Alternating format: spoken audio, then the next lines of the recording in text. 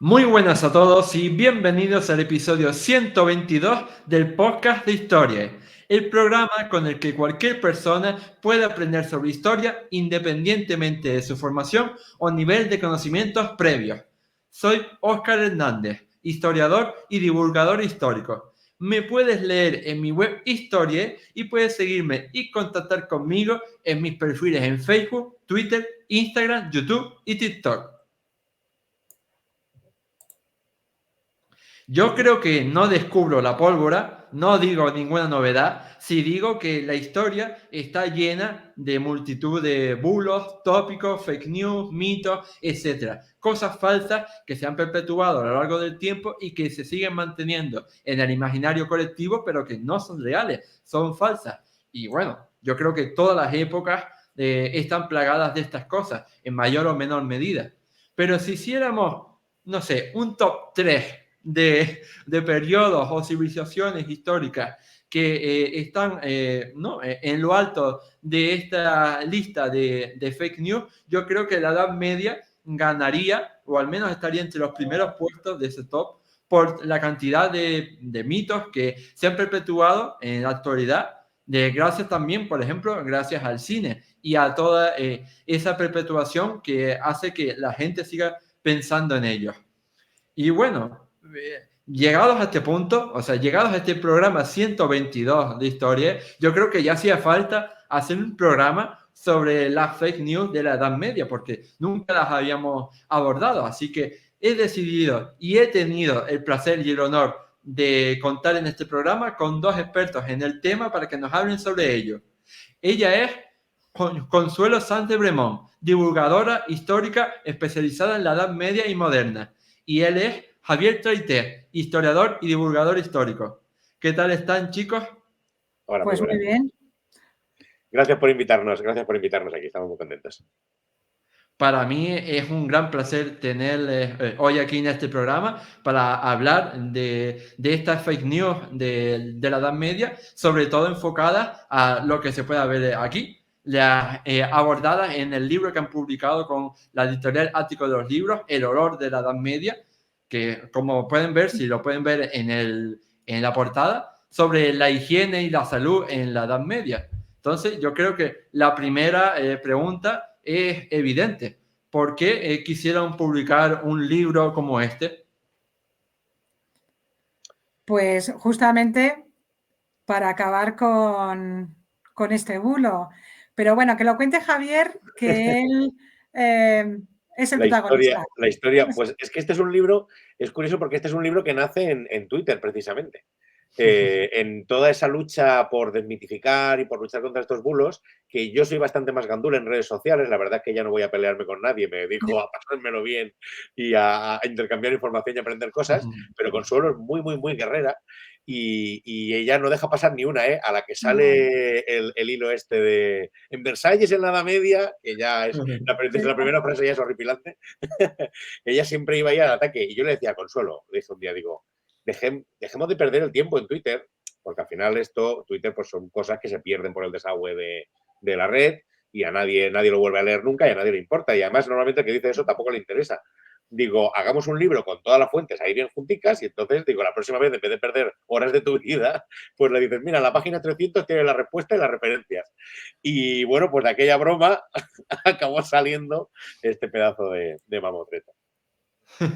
Sí, y es bastante grande, o sea, me refiero, es una respuesta contundente contra todos los ignorantes y los haters y los trolls de Twitter que siguen empeñadas en perpetrar estos mitos. O sea, no sé si se puede apreciar en el vídeo para los que nos están viendo en YouTube, pero el libro es bastante grande, así que también se podría utilizar como arma contundente, como ladrillazo contra toda esa gente que sigue perpetuando estos tópicos. Efectivamente, te paso las fuentes, pasa. Y bueno, yo quería empezar esta entrevista preguntándoles precisamente cómo surgió este mito, ¿no? De la Edad Media maloliente, sucia, guarra, poco higiénica. ¿Cómo surgió? ¿Cómo se ha perpetuado hasta la actualidad? Bueno, yo creo que es difícil señalar quién y en qué momento. aparece este mito. O este bulo. Es verdad que la idea de una Edad Media atrasada, oscura o bárbara comienza con los humanistas en el siglo XVI. Por ejemplo, vamos a tener a Luis Vives, que él dice que con la desaparición del latín y del griego, Europa entra en las tinieblas y se envilece. Pero bueno, va a ser sobre todo durante la Ilustración y el siglo XIX, principalmente por el anticlericalismo y luego esa romantización del mundo árabe y también del mundo judío que va a impulsar la idea de que los cristianos fueron gente sucia. Tenemos, por ejemplo, a Voltaire. Él llegó a decir que los pueblos bárbaros llevaron al luminoso imperio romano hacia un desierto inhóspito. Pero bueno, también es verdad que en el siglo XIX ellos pensaban que si ellos tenían problemas de limpieza y canalización de aguas, pues imagínate tú en la Edad Media, tenía que ser mucho peor. Y luego también surge, como ya he comentado, ese anticlericalismo, donde se dice que la Iglesia era rigurosa, constreñía a la sociedad y era puritana. Además utilizan el término puritano, que a mí me llama mucho la atención, ¿no? Y entonces van a decir que era pecado, que los clérigos, la Iglesia en general, va a decir que era pecado ver al otro desnudo y por tanto bañarse va a ser pecado, ¿no? Entonces, bueno, yo estuve buscando información desde el principio sobre qué primeros autores españoles empezaron a difundir el bulo. Yo encontré, por ejemplo, a un tal Francisco de Paula Mellado, que es de 1853, y dice, y lo voy a leer porque me parece muy interesante, dice, el baño y los demás cuidados que exige el cuerpo fueron considerados como prácticas de lujo que se aconsejaban demasiado, que se asemejaban, demasiado al paganismo y por tanto fueron abandonados. El desaseo se convirtió en una señal de santidad. Es decir, van a utilizar el ascetismo que realizaban los primeros cristianos, y no todos, ojo, solamente unos pocos, ese ascetismo en el que intentan abandonar los placeres del mundo, vestir con lujo, comer con lujo e incluso bañarse o lavarse, pues lo van a utilizar para decir que todos los cristianos no se lavaban. Luego, bueno, encontré otros autores, también españoles, y luego también un francés que se llama Michelet, que se hizo famoso por un libro que habla de las brujas en 1862, y tiene una frase que dice que en Europa estuvo 1000 años sin baño. Y luego tenemos que es interesante y lo quiero nombrar, que es a Trapper. Este fue un científico que fue responsable de muchos de los mitos que hay contra la Edad Media, y utiliza la figura de Thomas Becket, que fue arzobispo de Canterbury en el siglo XII, que murió asesinado, y cuando le quitan la ropa, ven que llevaba una túnica que estaba hecha de piel, que lo utilizaba como cilicio, y esa túnica estaba sucia y estaba llena de bichos, de insectos. Y entonces este hombre decía, si el arzobispo vivía así, imaginaos el resto. Entonces, bueno, también... Cuando precisamente, además, perdona, justo precisamente sí. el caso de Becket es muy paradigmático de todo lo contrario, que es que eso es lo curioso, es decir, claro, los ascetas lo que hacen es separarse del mundo, entonces lo que ellos hacen es lo que no hace el resto de la gente. Ellos no hablan con otras personas, reducen el contacto al mínimo, no comen lo que comen las personas, renuncian a vestirse, sufren con el vestido, con esas camisas y, por supuesto, no se lavan porque lavarse es una cosa que hace el resto de la gente. Ellos están por encima de lo terrenal. Y entonces eso parece que lo cogieron como la parte por el todo, la mini parte por el absoluto todo. Eso es. Así que, bueno, podría estar contando un montón de cosas porque también hay que hablar de esa leyenda de Alfonso VI, que mandó destruir todos los baños porque sus soldados iban a los baños, se debilitaban y entonces perdían contra los musulmanes, y entonces él, enloquecido, pues mandó destruir los baños. Y luego, cuando se pone de moda estudiar el mundo musulmán, pues empiezan a salir crónicas en las que algunos judíos y algunos musulmanes van diciendo que los cristianos del norte, por ejemplo, los francos y también los cristianos del norte de la península, ni se lavaban, no eran aseados, utilizaban siempre las mismas prendas hasta que se les caía jirones, que ellos consideraban que el sudor era saludable. Y luego estaba el tema de los vikingos, que no me acuerdo ahora quién habló sobre los vikingos, ¿no? Sí, que... Ben Farlán, en las descripciones dice que son las criaturas más puercas que ha visto nunca Dios. Sí, sí, sí.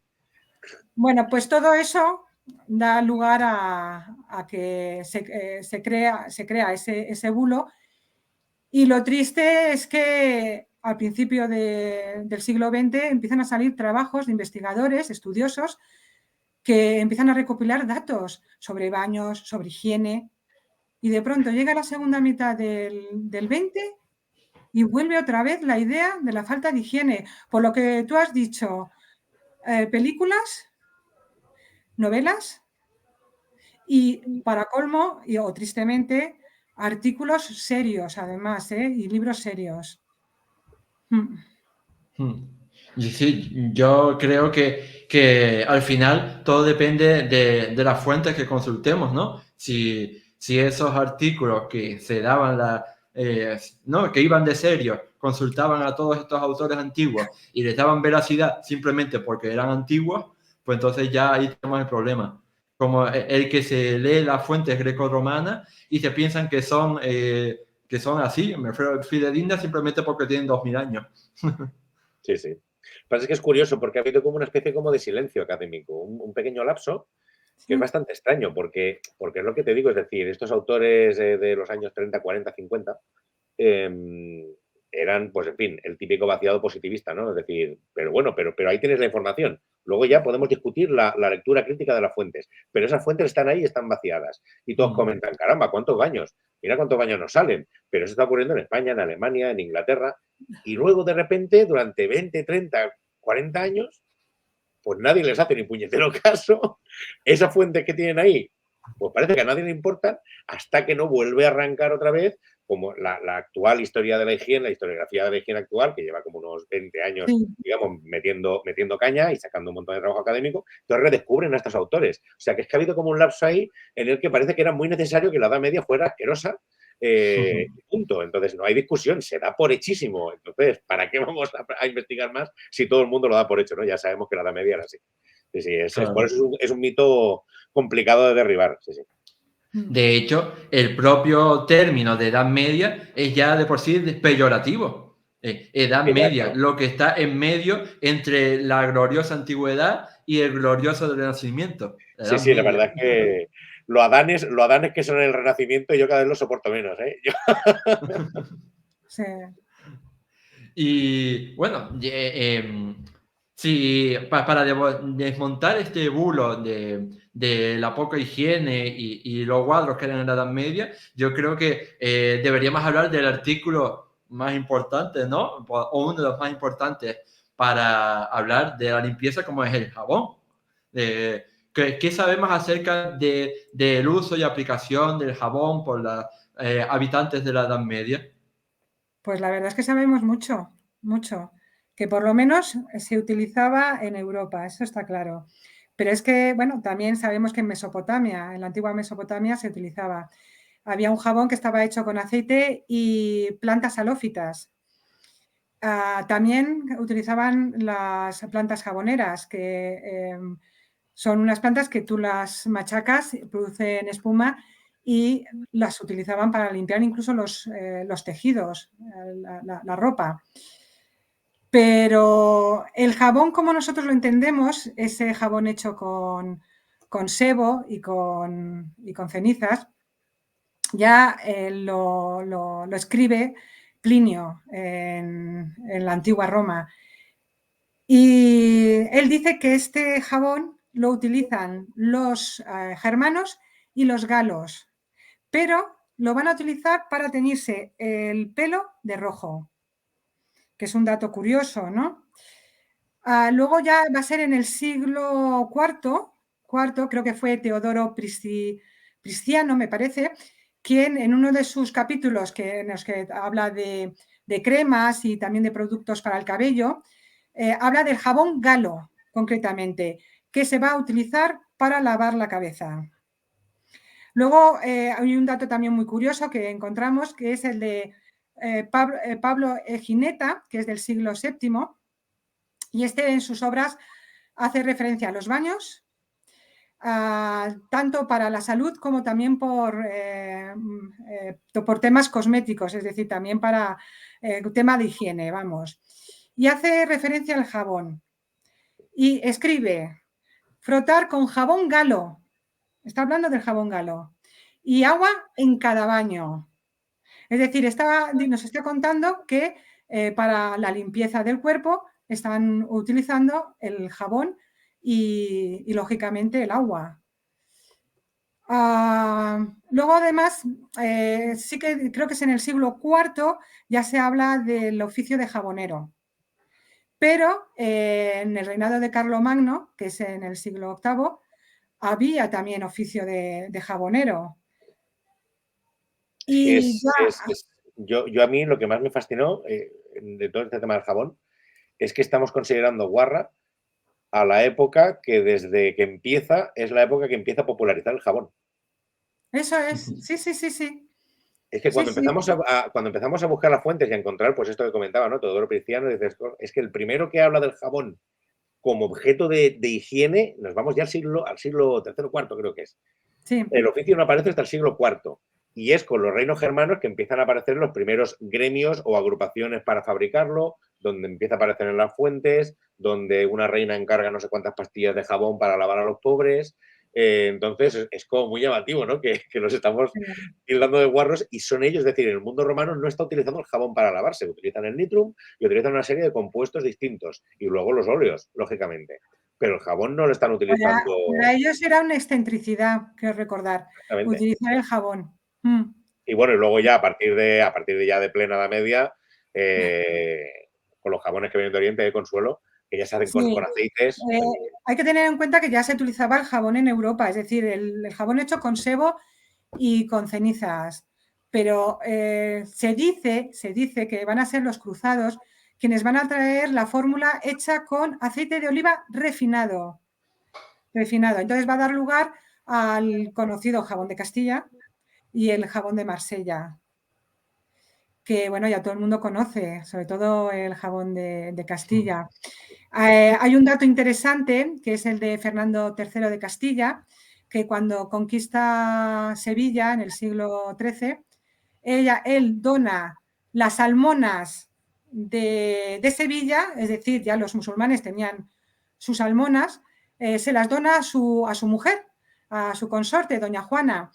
Y entonces van a detentar el monopolio, claro, el monopolio del jabón sevillano, porque producía dinero, era dinero, el jabón era dinero. Porque Hombre, no solamente se utilizaba para la ropa y para el cuerpo, es que era necesario para curtir, por ejemplo, la piel, para los metales se utilizaba también el jabón, era fundamental. Da tanto dinero que cuando Cristóbal Colón está empezando a administrar a la española, una de las recompensas que le da a uno de sus hombres, no recuerdo ahora el nombre de quién, le da el monopolio del jabón en la española. Y el hombre se queda súper contento porque dice, ostras, tengo aquí un negocio redondo, o sea, importo jabón, empezamos a fabricar y de todo el jabón me encargo yo. Entonces es algo que está súper extendido y empieza ahí, en ese caso de Roma, y se expande por todo el milenio. Entonces es algo... Es lo que dice Javier, que es curioso que justo cuando se expande el tema del jabón es en la época que todo el mundo dice que en todas las pelis tienen la cara manchada. aunque salgan del notario, ellos ven manchados siempre.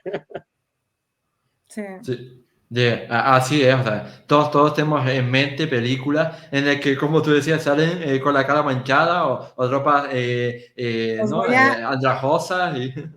Os voy a contar una anécdota en una serie, que no voy a decir qué serie, cuando hacían los resúmenes de cada capítulo, una de las que se dedicaban a hacer el vestuario dijo textualmente que le entristecía cada vez que le traían la ropa tan recién hecha y tan limpia, ensuciarla, romperla y deshilacharla, porque había que vestir así a los medievales. Yo, claro, me llevé las manos a la cabeza, lógicamente. Dije, madre mía. Pero bueno, esperemos que las futuras películas o series acaben con esto. No sé. Sí, al menos ya tienen un libro de referencia, los guionistas y demás. Por eso. Sí.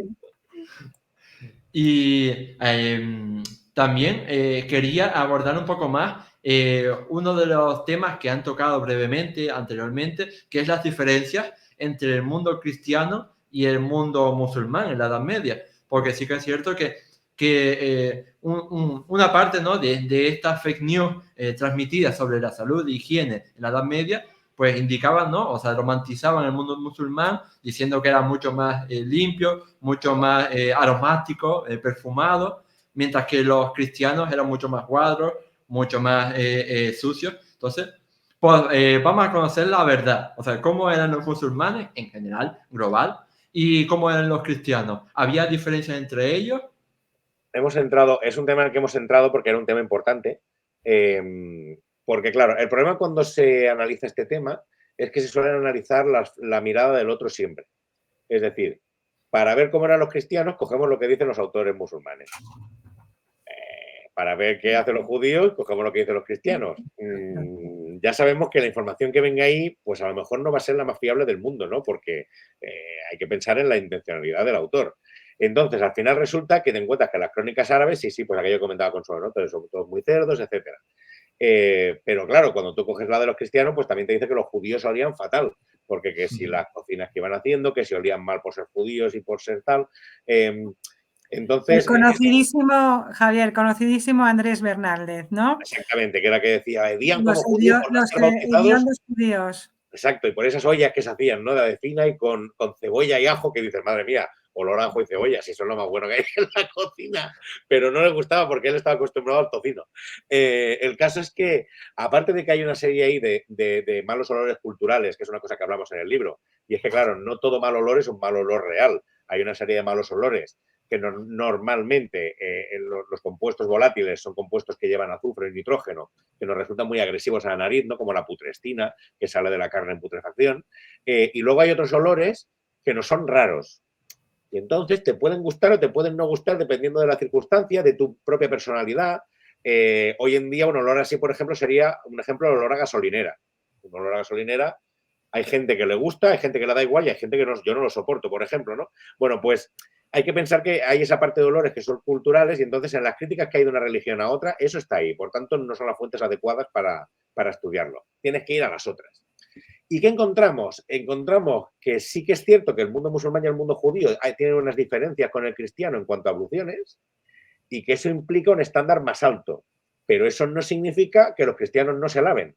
Y eso no significa que no haya judíos o musulmanes guarros. Entonces, hay que jugar en ese tema. El tema es, cristianos y musulmanes tienen lavados rituales.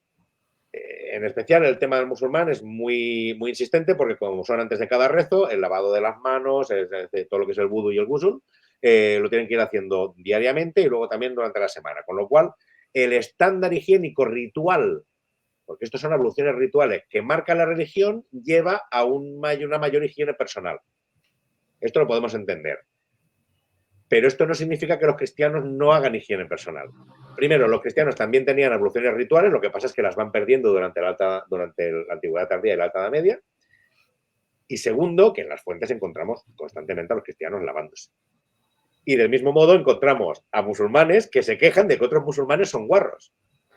Tenemos viajeros musulmanes que pasan por distintas ciudades y dicen, en esta ciudad todo el mundo es limpísimo, qué bonitas están las calles, qué limpios son los hombres. Y luego van a la ciudad al lado y dicen, los musulmanes, los fieles más guarros que he visto nunca, ofenden a Alá con el... ¿sabes? Y además son egoístas y les cargan todo propiedades negativas. Entonces, en todas las culturas existen gente limpia y gente sucia. En el mundo judío y musulmán, digamos que los guarros tenían más incentivo para lavarse, aunque no quisieran, por la cuestión ritual, y los guarros cristianos tenían, digamos, más vía libre. Pero eso no significa que por norma los cristianos fueran guarros. Entonces yo creo que este matiz es el que es muy importante que la gente entienda, que es un matiz que es importante, pero que no implica ni de lejos que los cristianos no se lavaran, porque es que, insisto, o sea, es que todas las fuentes nos lo despliegan como un abanico de color, vamos. Y yo creo que es muy importante hacer este matiz porque, como dije antes, pues ahora los estamos globalizando, ¿no? Los estamos metiendo en un mismo saco. Todos los musulmanes, todos los cristianos, de todos los países. Pero claro, cada persona es un mundo al fin y al cabo, entonces tampoco podemos generalizar, pero sí que podemos eso, hacer un par de costumbres genéricas como civilización, como colectivo religioso. Luego hay que pensar regiones del mundo, hay que pensar siglo, condiciones socioeconómicas del momento. Es que hay tantos factores que afectan que tú puedes dar unas líneas generales de cada cultura, pero luego hay que ir al caso particular para observarlo todo, claro. Claro. Sí, y al fin y al cabo, pues eso, la Edad Media duró 1000 años, así que me refiero, no es poco tiempo, la verdad, para generalizar y decir que todos los habitantes de la Edad Media eran sucios y guarros, sobre todo los cristianos, da igual que estuvieran en la península ibérica o ¿sabes? Para allá para arriba, da igual, todos eran guarros. Y me hace mucha gracia siempre el tema, por ejemplo, este de que la Edad Media era oscurantista, era atrasada y demás. Y digo, oye, ¿cómo unas personas ignorantes, incultas y tan atrasadas van a construir, por ejemplo, las catedrales góticas, que son súper mega impresionantes? O sea, para construir eso, desde luego, hace falta bastante conocimiento y técnica. No creo que unos atrasados ignorantes lo pudieran hacer. Y eso sin pensar en todo lo perdido de la Alta Edad Media. Es decir, que claro, el periodo chungo, digamos, es ese, ¿no? Son esos siglos del IV al IX, del IV al X, donde la población está constreñida, son todos muy rurales. Con Consuelo decíamos, anda, mira, otro autor de la Alta Edad Media que no conocíamos, venga. O sea, no paran de salirte porque te pones a buscar y resulta que hay un montón. Pero es que hemos perdido, creo que el cálculo era el 90 y pico % de lo generado. Y sabemos que tenía que ser poco porque eran poblaciones muy pequeñas, pero no estaban ni de lejos de brazos cruzados. La gente hacía lo que podía por retener el conocimiento que se pudo. Lógicamente no se pudo conservar todo por esas condiciones catastróficas, ¿no? De esos siglos, pero o sí se lo trabajaron. Pobre gente, desde luego se lo trabajaron muchísimo para conservar el máximo. Y ahora, ya que estamos colectivizando, ¿no? Por así decirlo, a los colectivos, yo también quería aplicar un perfil de edad y fijarnos en las personas a partir de sus edades, como por ejemplo, empezando por los niños. O sea, ¿qué costumbres higiénicas y de salud había relacionadas específicamente para bebés y niños pequeños? Bueno, en este tema hay que hablar también de las parturientas. Es importante. Se sabe que en los partos se tenía un mínimo de higiene. Por ejemplo, en el norte y el este de Europa empleaban las casas de baños como paritorios, pero es que también tenía una función ritual. Y, por ejemplo, en el siglo VII tenemos a Juan el Limosnero, que va a crear hospitales para parturientas. Esto da lugar a que se popularicen y entonces van a ir a estos hospitales peregrinas, prostitutas, por ejemplo, también mujeres sin familia, y van a ser atendidas por mujeres que trabajaban allí. Y bueno, con el tema de las parturientas, será justamente a finales de las parturientas y también los recién nacidos, del lavado, perdona, de los recién nacidos, vamos a tener ya tratados pediátricos a finales de la Alta Edad Media. Por ejemplo, las obras de Trotula en el siglo XII. Habla sobre las madres y dice, para que no se me vaya nada, lo voy a leer. Cuando se acerque el tiempo del parto, que se bañe a menudo. es decir, la mujer embarazada tenía que bañarse a menudo. Que su vientre sea ungido con aceite de oliva o violetas y que coma alimentos ligeros y de fácil digestión. Esto es interesante, ¿no? Cosas que nos ocurren hoy en día. Es decir, nos ponen a las embarazadas, sobre todo al final, nos decían que había que comer de forma ligera, ¿no? Y lo de los baños ya no lo recuerdo yo, ¿ves? Y luego decían que cuando en esta obra de Trotula, cuando nacía el recién nacido, había que presionar las orejas del infante. Un dato muy curioso, y lo he recogido, es que había que anudar el cordón umbilical porque según la retención del cordón, así de pequeño o grande sería el miembro viril del niño. Luego había que ungir el paladar con miel y la nariz con agua tibia y había que limpiarlos siempre con unciones y eliminar, por ejemplo, las secreciones mucosas. Había que masajearlos y luego había que fajar las extremidades. Lo de fajar las extremidades ha perdurado hasta hace bien poco. Incluso todavía en algunos lugares de Europa se sigue fajando. Y de Latinoamérica. Sí. En Latinoamérica hay algunos países que todavía se enfajan los niños. Sí. Sí. Y hay gente que está diciendo que eso es bueno, porque el niño se siente más tranquilo y más seguro.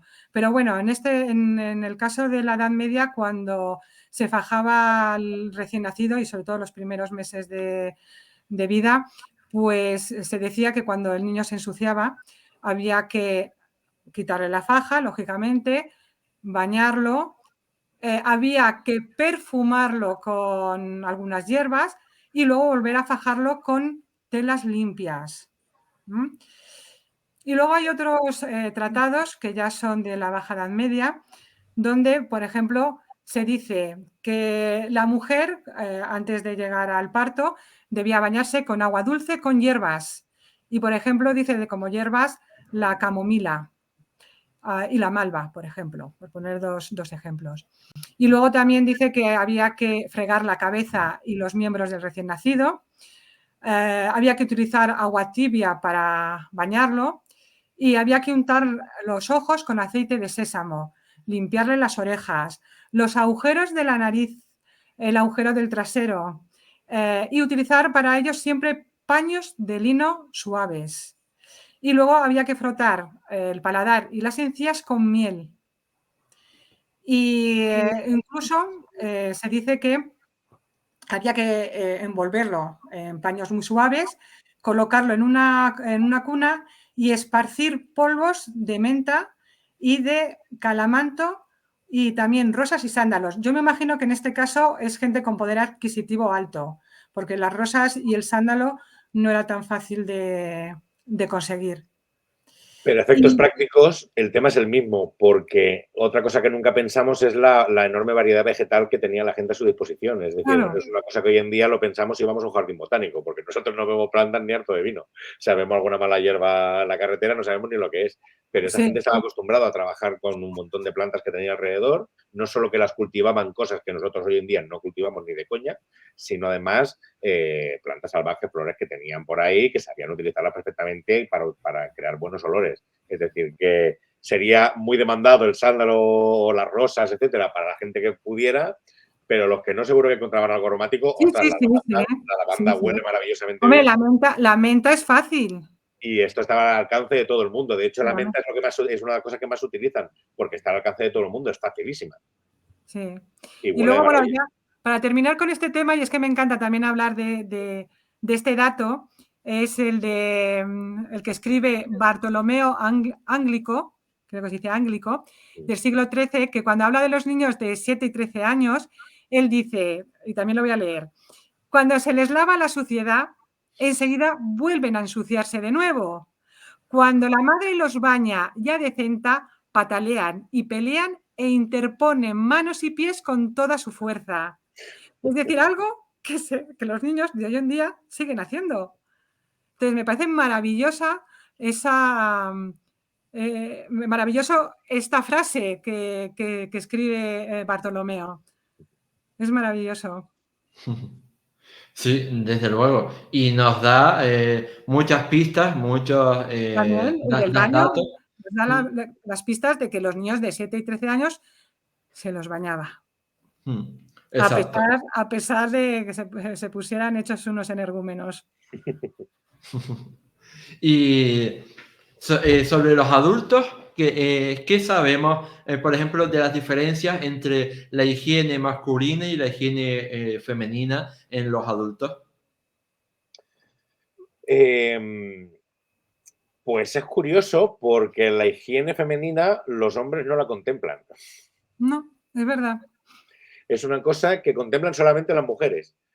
Los hombres no hablan sobre ello, no escriben sobre ello porque en sí la higiene femenina básicamente lo que implica son fluidos corporales, no lo cuento, no hablemos de esto, y habla de la menstruación, que es veneno infernal, ponzoñoso, mata con la mirada, oxida las azadas, agosta las cosechas, rompe los espejos, es horrible, por tanto de eso no se puede hablar. Por tanto, en este sentido, la higiene femenina es una cosa que encontramos en muchas menos fuentes y básicamente circunscrito al tema femenino. Es tan curioso que llega un momento en el que en el siglo, es Eloísa creo que es, ¿no? En el siglo, me falla la memoria, ¿12? Diría que 12. Yo creo que es 12. Cuando le escribe cartas a Abelardo, en una de las cartas a Abelardo le dice, sí, escucha, ¿por qué no nos escribes una regla monástica? Es la abadesa benedictina. Claro, ella ya estaba de abadesa, ya estaban ahí cada uno en su tal, y ella le dice, ¿por qué no haces el favor de escribirnos una regla que contemple el vestuario femenino para la higiene? Porque ni Benito ni ninguno de los padres a los que seguimos lo ha hecho nunca en todo este tiempo. En la regla de Benito, y es lo que dice, tú sabes que en la regla de San Benito, la ropa que indican que podemos tener cada uno y que tenemos que llevar de viaje no es práctica para las mujeres, porque tenemos unos fluidos que los hombres no tienen y que por tanto eso nos genera una suciedad. Y entonces ella lo exige claramente porque nadie lo había tenido en cuenta. Claro, para las mujeres son básicamente paños menstruales. Entonces, utilizar esos paños menstruales, que incluso se han hecho algunas pruebas digamos, de arqueología experimental, por así decirlo, en recreacionismo, de una chica alemana que ha probado ese tipo de paños, que bueno, es lo que decía, a ver, absorben menos que una compresa, son un poquito más incómodos porque se deforman un poquito al sentarse, pero funcionan razonablemente bien. Incluso yo no descartaría hubiera algunas soluciones más imaginativas, porque citamos un caso en el libro muy curioso de una mujer islandesa del siglo XIII que encontraron con una compresa hecha a base de musgo, de un tipo de musgo que se llama sphagnum, que es un musgo con propiedades antibacterianas, que se utilizaba también para heridas y todo esto, envuelto en un pañito de lino, envuelto en piel de foca, y eso cogido como una especie de braga y cogido con unas ligas a la cintura, que se sospecha que en este caso era para pérdidas de orina porque se encontró en la tumba de una mujer muy mayor, pero que bueno, que nos da una muestra de que, pues vete a saber qué soluciones imaginativas encontraban por el estilo. Entonces eso anudado con la ropa interior sería la diferencia. Por lo demás, sí que la menstruación implica más baños para las mujeres, pero la diferencia entre hombres y mujeres es que da igual, es decir, ellos se lavan las manos antes de comer, se lavan las manos de forma bastante regular, se lavan por partes al volver del trabajo, se cambian la ropa y se cambian la ropa interior, que es esencial para mantener la higiene corporal. Es decir, hoy en día la persona guarra, digamos, es la que no se ducha, está ya 2 o 3 días sin ducharse, piensas, hombre, amigo, ya empiezas a oler fuerte, ¿no? En la Edad Media, el guarro es el que no se cambia la camisa y no se lava por partes. El que viene del trabajo y tal cual se quita la de cuerpo y se tumba a dormir y al día siguiente se pone la de cuerpo y se va. Ese va a oler complicado. Lo que hacía la persona era quitarse la ropa de cuerpo, quitarse la camisa, esa camisa o se pone para lavar y al día siguiente me pongo una nueva, o si tengo pocos recursos porque tengo pocas camisas, la pongo a airear o la pongo encima del fuego y yo duermo desnudo, la gente dormía desnuda y al día siguiente me pongo otra, esa la dejo aireando, pero como mínimo que esté al menos por la noche aireando. Y me lavo por partes, es decir, con una palangana, con un trapo, lavar axilas, cuello, todas, digamos, las partes pudendas, etcétera. Y luego encontramos los lavados de cabeza, que yo creo que mínimo los podríamos establecer una media de una vez a la semana, contando, eso sí, claro, puede parecer poco para nuestros estándares, pero contando primero, que ellos se peinan mucho como medida higiénica, es decir, es un peinado largo, constante y regular que está pensado para esparcir la grasa que protege el pelo. Por tanto, ya no es una grasa que se queda acumulada en el pelo y huele en la base del cuero cabelludo, que es lo que nos pasa a nosotros cuando estamos días sin lavarnos la cabeza, ¿vale? Y después que ellos trabajan siempre, casi siempre, con la cabeza cubierta. Esto implica que toda la suciedad del trabajo en muchos casos no llega al pelo porque está protegido por la cofia, por el gorro. Si te fijas en las ilustraciones medievales, casi todo trabajador suele llevar la cabeza cubierta. Entonces, encontramos pues, que tenían un sistema medianamente eficaz de mantenerse limpios con las condiciones que ellos tenían, con su acceso al agua, con sus necesidades diarias y luego el baño semanal, como mínimo semanal, tanto doméstico en casa continua como en las casas de baños. O sea que hay un sistema higiénico corporal entero montado que incluye todas las partes del cuerpo, hasta las dentaduras, es decir, que la gente hemos visto que se cuidaba porque está en las fuentes, en todo tipo de fuentes, que es lo importante. O sea, lo encontramos en Tenemos, Javier, acuérdate que tenemos el dato de Trota, siglo XII, que dice que las mujeres se tienen que lavar las partes bajas después del coito. Exacto. Porque consideraban que el semen, si se quedaba en la vagina, podía provocar enfermedades, ¿no? Podían ser malas, bueno, más bien malo para la salud. Malo para la salud.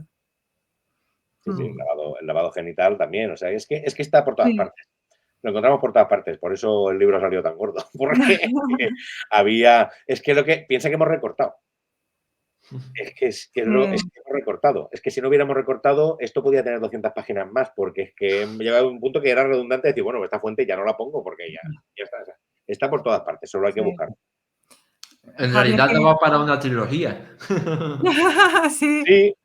De hecho, nos habíamos planteado hacerlo por partes. Lo que pasa es que, como lo que queríamos era, es decir, lo que no queríamos era hacer un libro de curiosidades. Pues mira, aquí había estos baños y aquí se hacían esto. No, lo que queríamos era intentar comprender realmente cómo pensaba aquella sociedad, el sistema higiénico y cómo lo relacionaba con la salud, porque al final tiene mucho que ver una cosa con la otra. Entonces, para poder observarlo todo, pues teníamos que cogerlo todo y meterlo en un solo paquetito, porque si lo hacíamos por partes, ya no, al final está todo relacionado, ¿no? La calle, de la calle al sobaco, está todo relacionado y forma parte todo del mismo sistema. Entonces, pues bueno, tocaba hacerlo así. Y en estas respuestas han mencionado que la gente, ¿no? Pues, se bañaba por parte, por ejemplo, después de venir de trabajar en su casa, tal. Esta es una forma de bañarse, de asearse privada, pero entiendo que también había formas públicas y colectivas de bañarse, de asearse, ¿no? Desde luego que sí. Consuelo, ¿empiezas tú? No, el tema en las casas de baños, ¿no? Sí. En las casas de baños, que en el fondo no desaparecen, ya que en el norte se siguen manteniendo los baños de vapor, que eran pequeños, ¿vale? Eran receptáculos donde, pues, con agua caliente que se dejaba del suelo, se calentaba, se echaba el agua ahí, salía el vapor y, bueno, pues la gente se restregaba el cuerpo bien con plantas o con las mismas telas. Es decir, pueden actuar como exfoliante. Pero es que además ya desde la época tarda antigua aparecen los monasterios y aparecen los hospitales donde hay baños. Entonces esa idea de cae el Imperio Romano, desaparecen las termas. Y entonces, nada, ya nadie va a bañarse. Eso es. Y lo que ha comentado Javier, que es que Europa se vuelve rural. Entonces, ¿para qué sirve una terma? Si tienes una fuente, tienes un río y vas a estar gastando dinero que además no puedes ni siquiera mantener, primero mantener las termas, pero luego las que se mantienen todavía en pie hay que repararlas y no hay mano de obra. Lo importante es que no hay mano de obra tampoco. Claro, ni mano de obra, ni dinero, ni maldita la falta. Porque además estamos viendo como ya hay muchas termas, claro, hay muchas termas que ya, todavía en época romana, antes de que pase ni un solo germano por ahí, ya se están cerrando. porque es que son carísimas. Son muy- Porque la terma romana es masiva, es muy grande y depende mucho del agua corriente porque tiene esas piscinas con agua corriente. Lo cual quiere decir, es que, a ver, hay que pensar el sistema romano como un sistema completo, que comienza en el acueducto, que digamos sería la boca y la garganta. El baño, la casa de baño, la gran terma romana, vendría a ser el estómago. Y la cloaca es la salida de todo ese agua. Como entran 20.000, 30.000 litros de agua por hora o por día o por lo que sea, eso, igual que entra, tiene que salir llevándose la suciedad de la ciudad y la de la gente en los baños. Entonces, en el momento que te cortan el acueducto, estás perdido. En el momento que se colapsa el acueducto porque se ha caído una piedra y no tienes funcionarios para ir a repararlo porque estás mega pobre, el baño está perdido. En el momento, ese baño hay que limpiarlo. Porque, claro, mete tú ahí a 100 romanos impregnados en aceite. O sea, esa agua es la cosa más asquerosa del mundo, que Marco Aurelio lo dice así, dice, la vida es como los baños, lleno de espuma, porquería, asco, porque son una Y porquería. vete tú a saber si no se hacían pis también. Seguro que se hacían pis y alguno se cagaba ahí. Hoy Estoy seguro. en día en las piscinas, pues yo estoy convencida de que la Claro. gente... Si es que seguro, segurísimo que lo hacían. Entonces, claro, luego todo eso tiene que salir. Todo es muy problemático. La cantidad de leña que hace falta para calentar esos espacios con esos techos tan altos. O sea, el hipocausto es una maravilla técnica, pero la métele leña. combustible.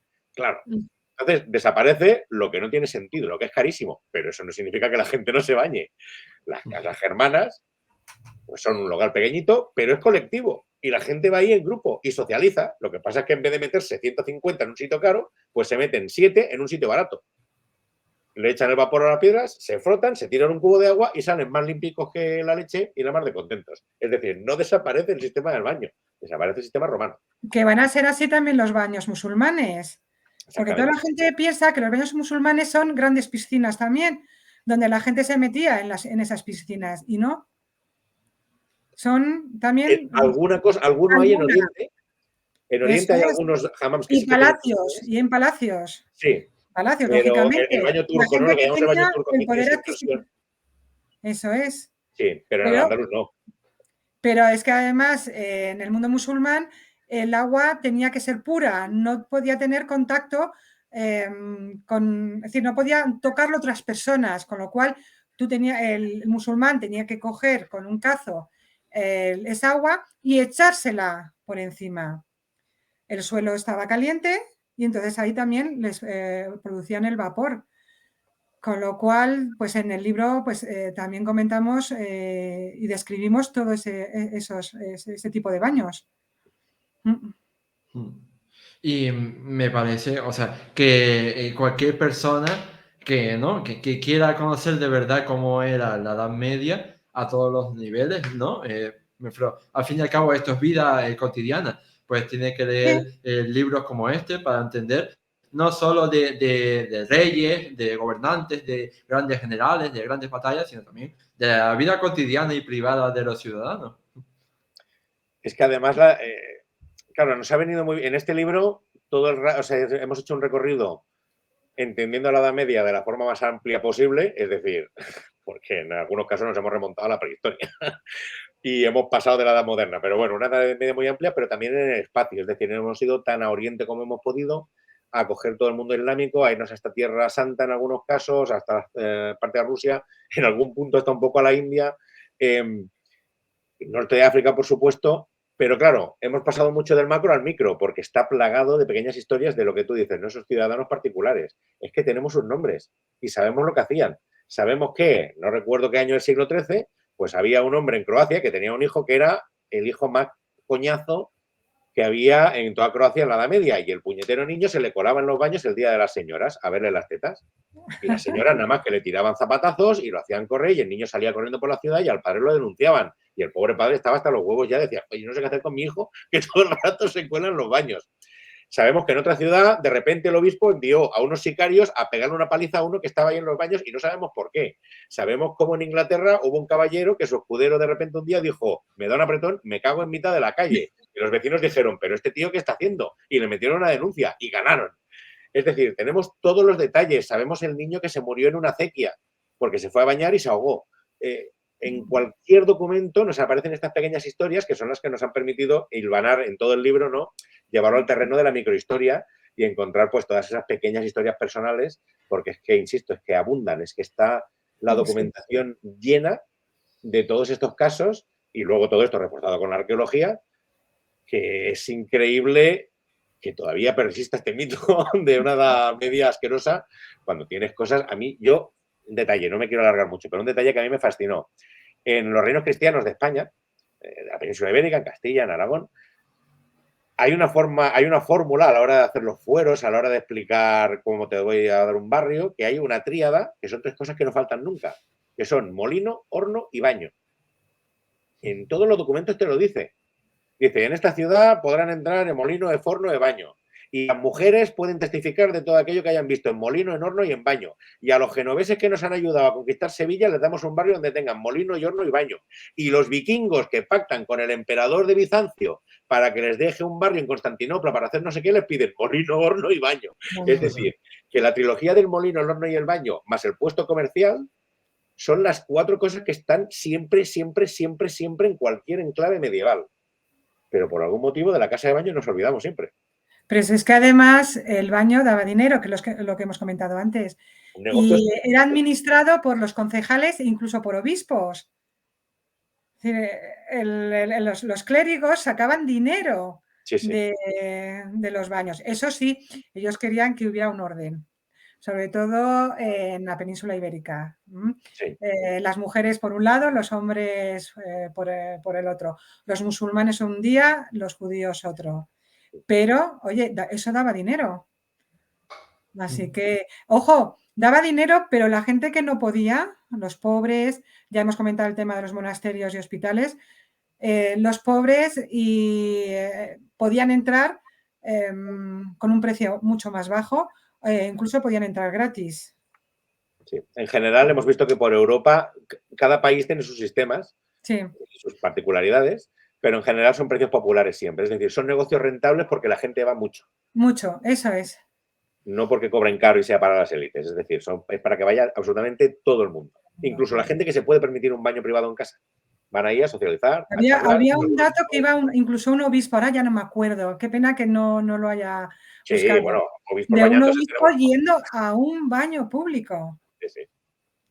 Entonces, yo pienso que cuando hacemos recreaciones de las ciudades medievales, cuando vemos esas recreaciones 3D, ¿no? Tan chulas, faltan casas de baños. Es que siempre ponemos el molino, ponemos la iglesia, ponemos el mercado, ponemos la herrería, pero, coño, nadie pone nunca la casa de baños. Y eso estaba en prácticamente todas. Es que cuando te pones a buscar en pueblos que no sabías ni que existían esos pueblos, y tienen ahí, o sea, que es un aspecto y hay que profundizar. Es decir, falta tanto. Nosotros en este libro hemos hecho una. Y yo creo que van a salir, van a salir todavía muchos datos. Sí. Me consta que están trabajando, por ejemplo, ahora en los de Valencia, es decir, es que hay mucho por investigar todavía y va a salir muchísimo en los próximos años. Es que es una rama muy fértil ahora mismo para investigar porque hay mucho por hacer, mucho por sacar y veremos muchas sorpresas porque es que ya verás que es una cosa que abunda. Y bueno, para acercarnos más hacia el final del programa, quería que tocáramos un tema que no hemos mencionado o no hemos abordado a lo largo de este programa, que es el tema del cuidado de la boca, el cuidado de los dientes, la higiene oral, de cómo se cuidaban los dientes los habitantes de la Edad Media. La litosis, que no les daba igual a los medievales oler, que le olieran mal la boca. Claro. El tema de la litosis es lo que dice Consuelo. Es decir, por un lado está el tema de la litosis y eso hay que pensarlo bien. En la mente medieval, lo que transmite la enfermedad, ellos no conocen los microbios. Ni ellos, ni los romanos, ni 3 siglos después, porque hasta el 19 la teoría microbiana no estará bien asentada. Ellos creen que lo que transmite la enfermedad es el mal olor. Por tanto, una persona que tenga mal olor que le sale de la boca es una persona que está enferma. Y digamos que en la Edad Media, como en cualquier otra época del mundo, la vida es peligrosa, es chunga y uno no quiere morirse pronto, quiere vivir todo lo posible. Entonces, digamos que hay cierto interés en que el aliento huela bien.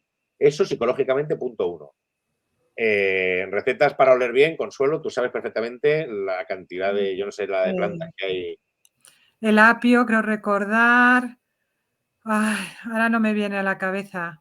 Menta, y después no. hay recetas y luego ya aparecen Sí, recetas que simplemente masticaban, se lo metían en la boca y masticaban. Entonces les producía un buen sabor y, lógicamente, buen olor. Y luego lo que hemos encontrado, claro, es muy interesante porque este tema se lo puedes combinar muy bien, lo documental con lo arqueológico. Es decir, aparte de las referencias... El hinojo también. El hinojo, exacto. Sí, el hinojo, bueno, y un montón, y luego la regaliz, es una cosa que Bueno, el también regaliz. Sí. para hacer. O las ramitas de avellano, por ejemplo, una cosa muy práctica son las ramitas de avellano, ramitas tiernas, porque primero las mastican, al masticar genera saliva, punto número 1, punto número 2, elimina restos entre los dientes, pero luego con esa puntita en forma de cepillo que te queda, ¿no? Con esas fibras vegetales, es con lo que ellos ya podían frotar. En el mundo islámico lo hacen con un árbol que es el miswak, que además tiene propiedades antibacterianas, con lo cual es fantástico. Digamos, el mejor cepillo de dientes medieval sería, digamos, el de la ramita de miswak, ¿vale? O sea, cada uno tiene sus sistemas. Pero es que cuando tú miras, hay estudios cuantitativos que han mirado el tema de las dentaduras y, claro, han encontrado cosas muy interesantes. Por ejemplo, caries hay muy poca caries en la dentadura medieval.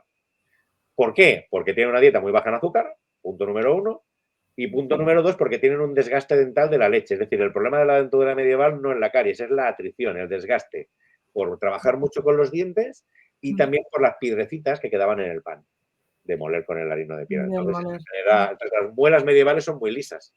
Digamos que hay poco espacio para que ahí puedan salir caries. Con lo cual, caries tenemos muy pocas. Pero a mí lo que más me flipó fue el tema del cálculo dental. Claro, tú sabes que el cálculo, si tú te estás 2 semanas sin lavarte los dientes, pues ostras, ahí se forma una pared que luego cuesta bastante cargarse. Es una cosa que tienes que estar diariamente rascando. Bueno, pues encontramos niveles de cálculo en los dientes que no son de gente que no se lava los dientes.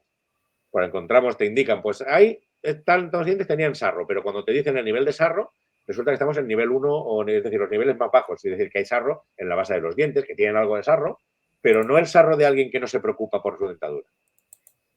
Estamos generalizando de forma cuantitativa. Lógicamente, habría gente con una dentadura guarrísima y sitios donde en general estuvieran todos menos cuidados. O sea, siempre estamos generalizando, pero encontramos mucho menos sarro del que habría. Encontramos muchos surcos interproximales, es decir, con palillos de dientes, como la gente se frotaba y se rascaba. A veces eran metálicos, a veces eran espinas. Pero es que esto de los surcos ya lo encontramos en la prehistoria y ya no solamente en el Homo sapiens. Es que otros homininos, el Homo erectus, en otros Homo, en el género Homo, en el Neandertal hemos encontrado los surcos entre los dientes. Es decir, todo el mundo quería siempre tener la dentadura lo mejor posible. Porque, claro, cuando te tenías una caries o tenías un problema, ahí sí que estabas jodido. Porque, claro, ahí manejar aquello sin antibiótico y sin calmantes fáciles, eso era muy complicado cuando te pasaba. Entonces, hemos encontrado que sí, que la gente se cuidaba. En cambio, si te vas al siglo XIX, donde siempre viene el mito de la Edad Media asquerosa, ahí es donde encontramos unas dentaduras, en la arqueología encontramos dentaduras horribles. Que decían que una chavala con 15 años podía tener la dentadura negra, porque ya era un pan mucho más fino, una dieta mucho más pobre y unas condiciones higiénicas y de hacinamiento mucho más complejas. Entonces, digamos que en el 19 tenían las dentaduras que le achacaron a luego a los de la Edad Media, pero que no encontramos realmente en los yacimientos. O sea que es un tema que sorprende muchísimo. Y sobre todo lo de blanquear los dientes, para que veamos que estaban preocupados por tener unos dientes blancos. Una mujer perfecta tenía que tener los dientes blancos. Y estaba mirando ahora que, por ejemplo, utilizaban los polvos de piedra pómez, por ejemplo. También se ha hablado mucho de la orina. Siempre la gente se echa un poquito para atrás cuando les dices que utilizaban la orina para blanquearse los dientes, pero ojo, a ver, esa orina estaba tratada y estaba mezclada con otras sustancias.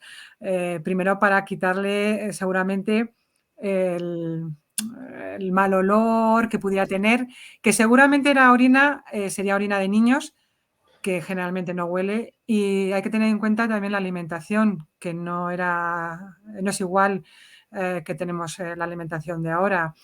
Con lo cual, bueno, pues el tema de la orina también servía incluso para la piel. Y a mí cuando también se ponen un poco, es que eso es una cochinada, digo, mira, hasta hace de bien poco las cremas para los problemas de piel se hacían con urea, con orina. Se siguen haciendo. Y todavía se siguen haciendo, eso ya no me he fijado. Sí, la urea, por ejemplo, para los talones agrietados, para los pies, lo mejor que hay es la urea. Sí. pero vamos, que para que no fuera tan asqueroso, porque la gente se daba cuenta, eso también les daba asco, pues utilizaban mezclas con otros productos. Así que querían tener los dientes blancos y radiantes. Y bueno, llegados a este punto, yo lamento tener que decir que hemos llegado al final del programa, de la entrevista. La verdad es que a mí se me ha pasado volando, así que quería agradecerles infinitamente a ustedes, Javier y Consuelo, por haber venido aquí a este podcast de historia para desmontar tantos bulos, tópicos, fake news y demás sobre la higiene medieval, sobre la salud y el cuidado personal. Así que eso, muchísimas gracias por todo. Y por Muchísimas gracias. supuesto, recomendamos a todo el mundo que se haga ya con su libro del olor de la Edad Media para profundizar en todas las cosas que hemos mencionado a lo largo de la entrevista. Pues sí, muchísimas gracias por invitarnos. Es verdad que en la cuesta de enero la gente va a pensarse lo de comprar el libro, pero luego ya en febrero que la gente se anime, ¿eh? Que la gente se anime, que... Eso es una buena inversión, tienen para leer un montonazo. Sí. Y hay una cosa positiva en esta clase de libros, y es que cuando tú creas un libro que es, digamos, casi único en su temática, pues te conviertes en un referente. Porque claro, o sea, si tú publicas un libro, yo qué sé, sobre la Segunda Guerra Mundial, pues sabes, hay miles de libros sobre la Segunda Guerra Mundial, pero cuando publicas un libro específico sobre la higiene y la salud en la Edad Media, pues no hay libros sobre eso en español. Entonces, pues te conviertes en un referente. Ni en español ni en ningún idioma. No. Por eso yo, de todos los libros que he hecho, lo he dicho Consuelo muchas veces, es el que estoy más orgulloso porque creemos que hemos aportado algo, tanto al público general, y ya no solo, el libro está orientado al público general, es decir, está escrito de forma amena para que lo pueda leer y entender cualquier persona. Pero es que creemos que también va a ser útil a los especialistas, porque como hemos mirado de reunir toda la investigación disponible, pues seguro que una referencia u otra pueden encontrar que pueda ser útil, porque el tema es ese, que nadie había puesto junto todo el mogollo, que es lo que hemos intentado hacer aquí. O sea que sí, estamos contentos. Hay que darle gracias a Javier y a Ático de los Libros, porque... Ático por la apuesta, porque claro, esto podía salir de muchas formas y apostaron en todo momento por el libro y con la paciencia que nos ha llevado, porque han sido 4 años de trabajo. O sea que estamos súper agradecidos a los editores, a Ático de los Libros. Y nada, y a ti por invitarnos aquí.